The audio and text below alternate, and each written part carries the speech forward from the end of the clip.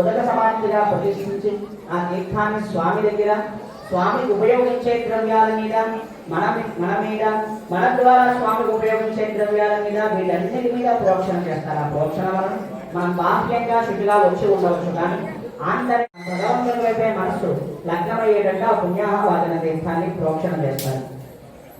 ప్రధానంగా ఇప్పటి వరకు మనం చేసిన ఈ కార్యక్రమానికి ఓం వాసుదేవాయ నమః, ఓం ప్రద్యుమ్నాయ నమః, ఓం అనిరుద్ధాయ నమః, ఓం పురుషోత్తమాయ నమః, ఓం వరాత్మనే నమః,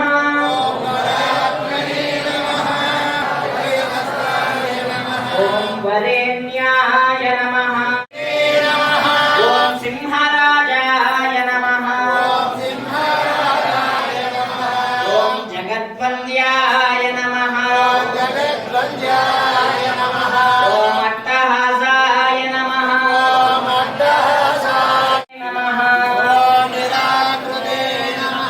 ఓం నిత్యాయ నమః, ఓం సత్యాయ నమః, ఓం సత్కర్మ నిరతాయ నమః, ఓం సత్యధ్వజాయ నమః, కేశవాయ నమః, ఓం జయసింహరూపాయ నమః, ఓం నరసింహరూపాయ నమః. యా మునిపత్ని భక్తిరజనే ప్రీత్యర్పితే తాం గురు చెప్పండి. సమస్త పరివారాయ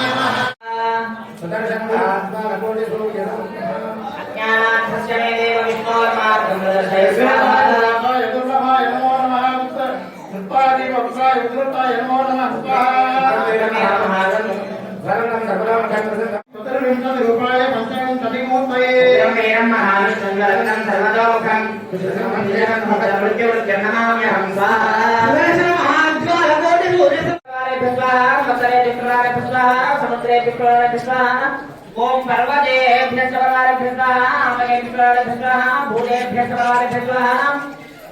ఓం పశుభ్యః